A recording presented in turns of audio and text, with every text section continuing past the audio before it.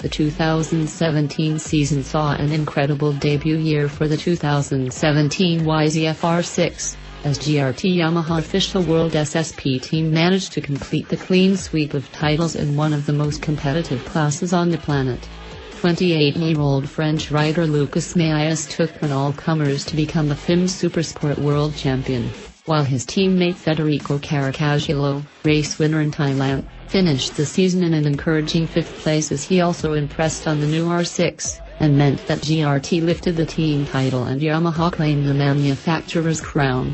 The 2018 season sees Mahias return to defend his crown alongside teammate Caricasulo and also the addition of the GRT Yamaha official junior team, with 20-year-old Italian Alfonso Coppola competing in the European Supersport Cup.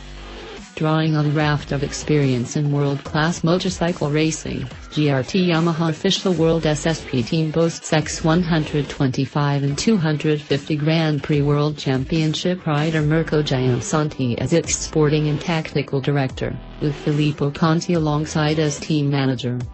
Based in central Italy just outside Terni, the team have progressed through national and European championships in recent years before challenging in WorldSSP from 2016.